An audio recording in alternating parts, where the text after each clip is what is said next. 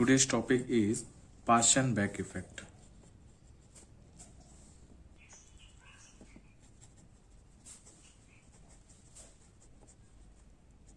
Paschen-Beck effect. And we know that ये कोई nucleus है, न्यूक्लियस के अराउंड ठीक जो इलेक्ट्रॉन्स है वो कैसे मोशंस करते हैं. This is electron, this is nucleus. ठीक, न्यूक्लियस के अराउंड इलेक्ट्रॉन है वो किसी ऑर्बिट में मोशंस करने के साथ साथ अपने एक्सिस में भी क्या करता है, स्पिन मोशंस करता है. दैट मीन्स इसका एक ऑर्बिटल एंगुलर मोमेंटम होता है और एक स्पिन एंगुलर मोमेंटम होता है. देखो लास्ट क्लास हमने क्या देखा था जीमन इफेक्ट के बारे में.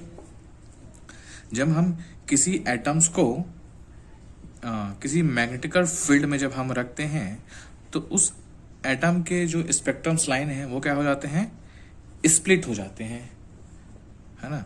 तो वो क्या था अपना जीमन इफेक्ट. तो ये जो मैग्नेटिकल फील्ड हम जो अप्लाई करते हैं या एटम को जिस मैग्नेटिकल फील्ड में रहते हैं वो उस एटम्स के इंटरनल मैग्नेटिकल फील्ड से क्या रहता है, वीक रहता है.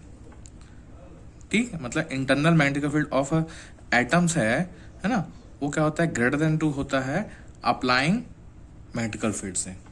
ठीक, इफ केस जब एक्सटर्नल मैग्नेटिकल फील्ड, हाँ ये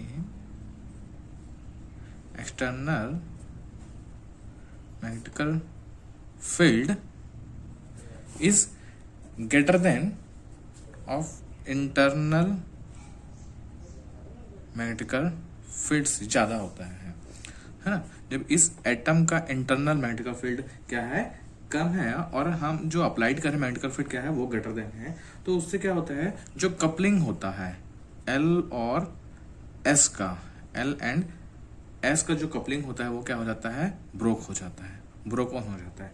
जिसके कारण क्या करते हैं ये L और S मतलब orbital angular momentum and spin angular momentum independently presses about this magnetical field, है ना. एक्सटर्नल मैग्नेटिकल फील्ड के अबाउट क्या करते हैं, इंडिपेंडेंटली प्रेसेस करते रहते हैं. देखो जीमन इफेक्ट में क्या होता है, देखो ये कोई इलेक्ट्रॉन्स है, ठीक, ये है एंगुलर मोमेंटम L. ठीक, this is angular momentum. And consider करते हैं दिस इज स्पिन, है ना, this is spin angular momentum. And consider कर लेते हैं अपन इस पार्ट को, हम कंसीडर कर लेते हैं L. ठीक, that mean this is angular momentum, orbital angular momentum. तो इनका जो रिजल्टेंट होगा, आफ्टर इनका जो रिजल्टेंट होगा, ये मैग्नेटिकल फील्ड B है, तो J vector is equal to क्या होता है, L vector plus S vector. तो इनका जो रिजल्टेंट होगा वो क्या होगा, इस एक्सिस के मैग्नेटिकल फील्ड के एक्सिस के अबाउट प्रेसेस करने लगेगा, है ना. इस मैग्नेटिकल फील्ड के अबाउट क्या करने लगेंगे, प्रेजेंस करने लगेंगे, प्रेसेशन होने लगेगा इनका. ठीक, दैट मीन्स ये इनका रिजल्टेंट कुछ ऐसा रहेगा. ठीक, दिस इज J वेक्टर. ये किस में है, जीमन इफेक्ट में है. लेकिन पाशन-बेक इफेक्ट में क्या होता है, magnetical field, external magnetical field क्या होता है, ग्रेटर देन 2 होता है इंटरनल मैग्नेटिकल फील्ड के, जिसके कारण ये L और S कपलिंग क्या क्या हो जाता है, ब्रोकन हो जाता है, जिसके कारण L और S independently presses about this magnetical field axis. कैसे कंसिडर करते हैं, दिस इज एनी इलेक्ट्रॉन्स, और इस पर जो मैग्नेटिकल फील्ड है वो कैसे अप्लाई करें हम, S इस डायरेक्शन में हम अप्लाई करें हैं. ठीक, कंसिडर करते हैं this is any angular momentum L. ठीक, इसको ऐसे शो करते हैं स्पिन, हाँ this is spin about axis, इसको डॉटेड लाइन से शो करते हैं। ठीक, इसका डायरेक्शन ऐसा है। ठीक, कैसे करते हैं कि एक परपेंडिकुलर लाइन यहाँ से है, जो यहाँ से ये जो लाइन है, तो ये जो लाइन है इसको बोलते हैं प्रोजेक्शंस ऑफ एंगुलर मोमेंटम, है ना। ये जो एंगल जो बनता है, ये जो और ये जो लाइन है, इसको बोलते हैं projection of angular momentum. Capital L ले लो और स्मॉल एल ले लो, स्मॉल एल से डिनोट कर रहे हैं अपन यहाँ पे। ठीक, दिस इज स्मॉल एल। ठीक, positions of angular momentum, this is angular momentum, इसको डिनोट करते हैं हम एमएल से। ठीक, ये है। और यहाँ यहीं से क्या है, ये कोई स्पिन है इसका, इलेक्ट्रॉन्स का। ठीक, दिस इज ऐसे शो करते हैं उसको, ये ऐसे। ठीक, तो ये जो लाइन है, इसमें माना कि परपेंडिकुलर लाइन डालते इसके एक्सिस से, ये जो लाइन है इसको बोलते हैं projections of spin angular momentum. Projections of spin small S spin angular momentum, इसको डिनोट करते हैं एमएस से, है ना। तो क्या होता है, देखो इनमें क्या होता है, इनका रिजल्टेंट नहीं हो पाता। दैट मीन्स ये क्या करते हैं, independently precesses about the external field, है ना।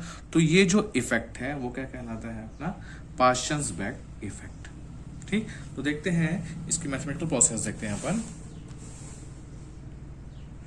ठीक, तो क्या था, कंसिडर करते हैं कि यहां से जो एंगल बन रहा है मेट का फील्ड डायरेक्शंस में है, वो एंगुलर मोमेंटम एल से एंगल बनाता है θ1 और स्पिन एस से बनाता है एंगुलर मोमेंटम, एंगल बनाता है यहाँ पे θ2। तो इसको निकाल कंसिडर करते हैं, इसका मैथमेटिकल प्रोसेस देखते हैं अब। तो देखो, पहला projections of L on projection of L on B vector is an integer। जो L होता है वो ऑलवेज कैसा होता है, इंटीजर फॉर्म में होता है। तो उसका जो प्रोजेक्शंस आएगा वो भी क्या आएगा, इंटीजर आएगा। दैट इज, इसको डिनोट करते हैं प्रोजेक्शंस ऑफ एंगुलर मोमेंटम को डिनोट करते हैं ml से, इज इक्वल टू जो इसकी जो वैल्यू होती है वो प्लस माइनस एल होती है। इसका जो डाटा होती है प्लस माइनस एल। तो इसमें टोटल कितने वैल्यू होंगे इसके प्रोजेक्शंस में, इफ एल का मान देखो, इसको कैसे लिखते हैं, और प्लस एल माइनस 1 डैश कहाँ तक जाएगा, प्लस एल से लेके माइनस एल यहाँ तक जाएगा। तो कंसीडर करते हैं, है ना, L इज इक्वल टू क्या है, 2 कंसीडर कर लेते हैं। If L is equal to 2, तो L की वैल्यू क्या होगी, प्लस माइनस 2 तक। मतलब इस प्लस माइनस 2 में जितने भी वैल्यू आएगी वो इसके बीच में होगी। तो टोटल कितनी वैल्यू आ गई, 1 2 3 4 5। ठीक, तो इसकी जो वैल्यू हो जाएगी वो टोटल कितनी वैल्यू हो जाएगी, 5 वैल्यू। ठीक है, तो इसमें वैल्यू 5 हो गई है, 2 तो वैल्यू 5। अगर 3 रहेगी तो प्लस माइनस 3 अगर रहेगा तो plus 3 plus 1 plus 2 plus 1 0 minus 1 minus 2 minus 3। That means कितना हो गया, 7 वैल्यू। तो इसमें टोटल वैल्यूज कितनी हो जाएगी, इसको लिख सकते हैं अपन 2l प्लस 1। ठीक, अगर 2 है तो यहाँ पे टूट करो तो कितनी वैल्यू हो जाएगी, प्रोजेक्शंस ऑफ L की कितनी वैल्यू, 5 हो जाएगी। अगर 3 है तो L is equal to 3 put कर दो तो कितना आ जाएगा, ये 2 है, 3 कितना आ जाएगा, 7। तो इसको इसकी जो वैल्यूज कितनी हो जाएगी, 2l प्लस 1 होती है इसकी वैल्यू, है ना। ये वैल्यू को बताता है, ऐसे वैल्यूज को। ठीक, अब बात करते हैं किसकी, projections on B vector. Projections of S on B vector is either plus 1/2 और माइनस 1/2। तो जो इलेक्ट्रॉन का जो स्पिन होता है वो कैसा होता है, हाफ, एक बार क्लॉकवाइज में चलते हैं और एक बार एंटी क्लॉकवाइज में चलते हैं। तो इस केस में जो प्रोजेक्शंस ऑफ स्पिन्स हो जाएगा वो कितना, projections of spin angular momentum कितना हो जाएगा, ms is equal two plus minus two, मतलब एक बार प्लस हाफ होगी, एक बार माइनस हाफ, तो इसकी जो वैल्यू हो जाएगी वो कितनी हो जाएगी, ऑलवेज 2 वैल्यूज होगी इसकी। ठीक, हियर देखो ms की 2 वैल्यूज है और ml की कितनी है, 12 प्लस वैल्यू है।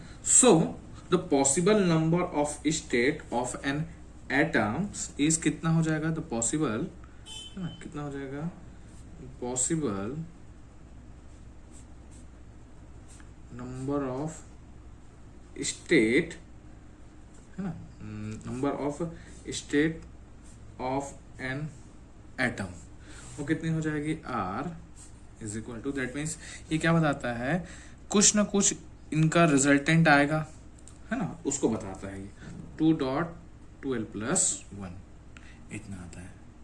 अब इसकी टोटल एनर्जी की बात करते हैं, तो इसकी जो टोटल एनर्जी होगी है ना, वो किस किस पर डिपेंड करेगी, देखो the total energy of atom in applying magnetic field consist of किसमें, energy due to presence of about angular momentum L के, है ना। तो टोटल एनर्जी की जब बात करें तो energy due to presence L about, that means angular momentum about magnetic field and energy due to precessions S about magnetic field, है ना। एंड आफ्टर इसमें क्या होगा, जो एल और एस में इसमें क्या होगा, कुछ इंटरेक्शंस भी होगा, तो उसके कारण भी कुछ एनर्जी होगी, that means energy due to interactions between L and S vector. ठीक, तो अब यूज करते हैं अपन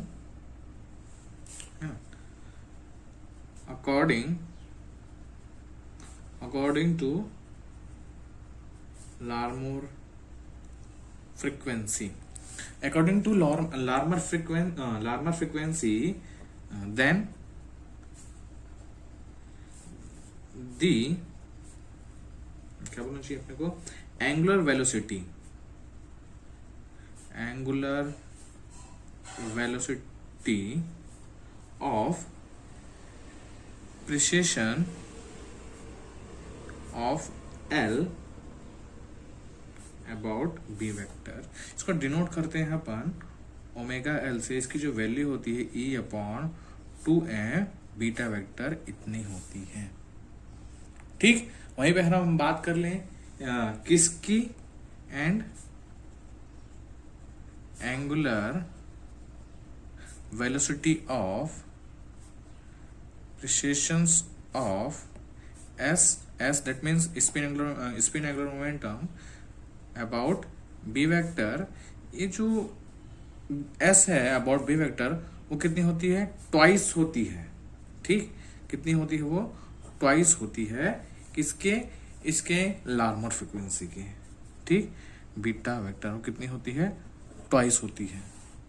ठीक, इसको डिफाइन करते हैं इक्वेशन नंबर 2 से। ठीक है, इलेक्ट्रॉन्स जब किसी ऑर्बिट के अराउंड जो मोशंस करता है, तो क्या होता है, इलेक्ट्रॉन के जस्ट अपोजिट डायरेक्शंस में करंट इंड्यूस्ड होने लग जाते हैं। ठीक, इलेक्ट्रॉन का मोशन अगर क्लॉकवाइज है तो उसके जस्ट अपोजिट क्या हो जाएंगे, करंट इंड्यूस्ड हो जाएंगे एंटी क्लॉकवाइज में, और इलेक्ट्रॉन का डायरेक्शन अगर एंटी क्लॉकवाइज है तो उसके जस्ट अपोजिट डायरेक्शंस में क्या हो जाएगा, करंट इंड्यूस्ड हो जाएगा। ठीक है, ठीक, और अगर करंट किसी सरफेस में अगर इलेक्ट्रॉन फ्लो हो रहा है तो इलेक्ट्रॉन का अगर डायरेक्शंस क्लॉकवाइज है, इलेक्ट्रॉन का डायरेक्शंस कैसा है, क्लॉकवाइज है, तो उसके अपर सरफेस में, दैट मीन्स आउटसाइड क्या है, मैग्नेटिक फील्ड एस इंड्यूस हो जाती है, और इनसाइड दैट मीन्स इनसाइड में क्या हो जाती है, मैग्नेटिक फील्ड नॉर्थ पोल, मतलब इस अपर सरफेस में साउथ पोल और इनसाइड सरफेस में नॉर्थ पोल इंड्यूस हो जाती है। अगर हम इसके जस्ट अपोजिट देखें, अगर इलेक्ट्रॉन का डायरेक्शन एंटी क्लॉकवाइज हो तो इसके अपर सरफेस पे नॉर्थ पोल और इनसाइड सरफेस पे साउथ पोल इंड्यूस हो जाता है, दैट मीन्स यहाँ पे मैग्नेटिकल डाइपोल इंड्यूस्ड हो जाती है। तब इस केस में हम टोटल एनर्जी की बात करते हैं। So the energy del E L मतलब उसके एंगुलर मोमेंटम एल और magnetic field B of the electron due to the precision of L about B vector. तो ये एक एनर्जी हो जाएगी। फर्स्ट केस की बात कर रहे हैं, एक केस लिए थे जब, कौन सी केस की, ये वाले की, energy due to the precision L about B vector, इस केस की बात कर रहे हैं। एक केस इसमें एक एनर्जी निकालेंगे, एक एनर्जी इसके निकालेंगे और एक एनर्जी फिर लास्ट में क्या करते हैं हम उसका टोटल कर देंगे। ठीक, तो इस केस की एनर्जी हो जाएगी L B is equal to mu B. That means इस केस में क्या हो जाएगा, मैग्नेटिकल डाइपोल इंड्यूस्ड हो गया तो क्या बताता है, मैग्नेटिकल डाइपोल को बताता है। इसको बोलते हैं बोर मैग्नेट्रॉन्स। ठीक, बोर मैग्नेट्रॉन्स और मैग्नेटिकल फील्ड बी और ये एक एमएल। ठीक है, ये एमएल क्या है, प्रोजेक्शंस ऑफ एंगुलर मोमेंटम है ना, ऑर्बिटल एंगुलर मोमेंटम उसको शो करता है। तो ये जो म्यू बी की जो वैल्यू होती है वो एक कांस्टेंट वैल्यू होती है E H upon 4 pi M. यही क्या बताता है, बोर मैग्नेट्रॉन्स को, है ना, beta M L. Equation number नाम देते हैं हम 3। इसी प्रकार इसी केस में लिखते हैं क्या, the energy del E S B of the electron due to the presence of s about b vector, है ना। वो कितना हो जाएगा, है ना, वो कितना होता है, ऑलवेज ट्वाइस होता है ना, म्यू बी बीटा डॉट ये एम एस। तो म्यू बी की हमको वैल्यू पता है कितना होती है, कांस्टेंट वैल्यू बोर मैग्नेट्रॉन्स ई एच अपॉन 4 पाई एम, है ना, कितना होता है 4 पाई एम, इतना होता है। ठीक, ये हो गया magnetical field B vector and ये हो गया प्रोजेक्शंस, है ना, projections of spin angular momentum. ठीक, इसको एक नाम दे दो इक्वेशन नंबर 1। तो दोनों का सम कर दो, दोनों का सम करेंगे। Now sum of this two energy consider करते हैं डेल ई बी, है ना। तो दोनों का सम कर देंगे del E L B plus del E S B. तो यहाँ पे क्या आ जाएगा, E H upon 4 pi M beta M L plus twice E H upon 4 pi M, इतना, और कितना हो जाएगा बीटा, ये हो जाएगा बीच में एम एस, इतना। ठीक है, तो E H is equal to कितना हो जाएगा, दोनों में से क्या क्या कॉमन आएगा, E H upon 4 pi M beta, अंदर इनसाइड का बचा M L plus 2 M S, ये हो गया एनर्जी। किसके किसमें एल और एस के, है ना। तो precision about B vector both L and S.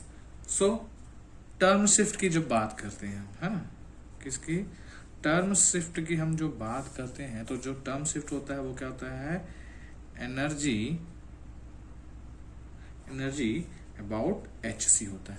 तो एनर्जी इतनी है डिवाइड बाय एच सी कर दो, तो कितना आएगा, एनर्जी इतनी है E H B upon 4 pi M H C, और ये कितना है M L plus 2 M S. तो यहाँ से क्या करो, ये h और h कैंसिल, तो बचा क्या, E B upon 4 pi M C, इतना। ठीक है, 4 पाई एम सी, और क्या बचा, M L plus 2 M S. और जो टर्म शिफ्ट को हम डिफाइन करते हैं गामा से, तो यहाँ पे मैग्नेटिकल फील्ड बीटा है इज इक्वल टू, यहाँ से गामा से इसको डिफाइन करते हैं। तो इक्वेशन नंबर नाम दे दो इसको, equation number 5। This is equation number 5।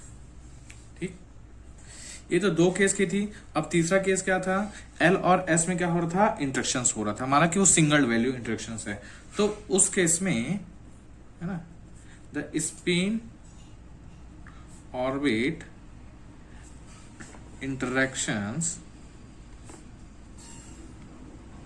Energy, इसको डिफाइन करते हैं अपन गामा से, है ना, ऑर्बिट इंटरेक्शंस एनर्जी गामा।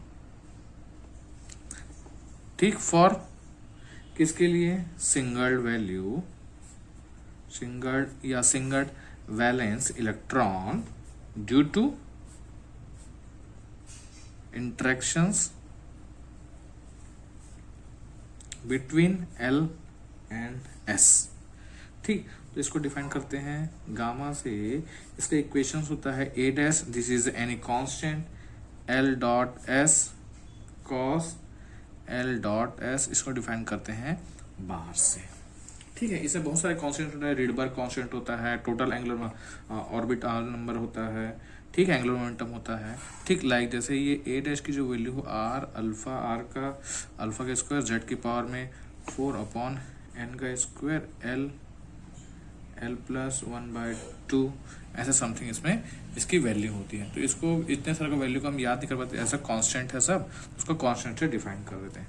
तो इसको खोलते हैं कैसे, देखो A dash L dot S, ये खुलता है cos L dot B dot cos L S dot B, ऐसे ओपन होता है।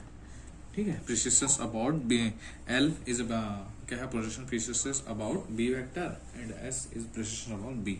सो ए डैश डॉट, इस एल को इसके साथ दे दो एक बार, L dot cos L dot B, ठीक, और एक बार क्या करो एस को इसके साथ दे दो, और S cos S dot B. ठीक, तो ये जो डाटा है, ये जो cos S by S dot B L dot B, ये क्या कहता है प्रोजेक्शंस, ये देखो ये क्या बोलता है प्रोजेक्शंस ऑफ एम एल, है ना, प्रोजेक्शंस ऑफ एम एल। तो इनके बीच में जो एंगल बन रहा है वो कितना है, θ1 है। एल, ये देखो ये एल, एक परपेंडिकुलर लाइन दे दी है इसमें से ए एल, और ये magnetical field B, that means L dot B के एंगल कितना बन रहा है θ1। ठीक, और इनके बीच एंगल कितना बन रहा है, ये हो गया हमारा एस, तो यहाँ से इसमें एक लाइन दे दो, तो यहाँ के एंगल की बात कर लेते हैं अपन, ये θ2। ठीक है, ऐसे यहाँ पे भी बात करो। ठीक, तो कितना हो गया, ये एस और मैग्नेटिकल फील्ड बीच के बीच का एंगल कितना है, मतलब S dot magnetical field B कितना है, θ2 है। तो यहाँ क्या आ जाएगा, इसकी जगह क्या आ जाएगा, ए डैश एल डॉट, ये कितना हो जाएगा cos θ1। ठीक, ये कितना हो जाएगा cos θ1 एल और बी, और ये हो गया s cos θ2। ठीक, और ये क्या बताता है प्रोजेक्शंस ऑफ, ये बताता है प्रोजेक्शंस ऑफ एम एल, है ना, एल है जो प्रिसीजंस है ना, प्रोजेक्शंस ऑफ एम एल, और ये प्रोजेक्शंस ऑफ एम एस, ये दोनों को बताता है। तो इसको लिख लेते हैं अपन ऐसे, क्या हो जाएगा गामा इज इक्वल टू क्या हो जाएगा ए डैश डॉस M L dot M S, ये गामा की वैल्यू आ गई। तो टोटल टर्म शिफ्ट निकाल देंगे, टोटल टर्म शिफ्ट वो कितना हो जाएगा गामा बी प्लस गामा। तो गामा बी कितना था, ई beta upon 4 pi M C, और क्या था ब्रैकेट में एम एल प्लस 2ms इतना था, और इसकी वैल्यू कितनी है A dash M L plus M S. यह टोटल टर्म शिफ्ट आएगा, हाँ ये total. This is the mathematical process of Paschen Back effect. इसके अकॉर्डिंग से, इस फॉर्मूला के अकॉर्डिंग यूज करके हम क्या निकाल सकते हैं कि कोई भी जो एटम्स के स्पेक्ट्रम्स लाइन है वो कितने सब स्पेक्ट्रम्स लाइन में कन्वर्ट्स हो रहे हैं या स्प्लिट्स हो रहे हैं। तो पार्शन-बैक इफेक्ट में बस इतना डिफरेंस है दोनों में, जीमन और पार्शन-बैक इफेक्ट में।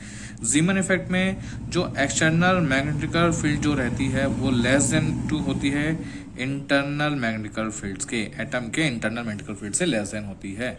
और पार्शन-बैक इफेक्ट में क्या होता है, internal magnetical field is greater than 2 होती है, एक्सटर्नल क्या होता है internal magnetical field is less than to the external magnetical field. बस दोनों में इतना डिफरेंस होता है।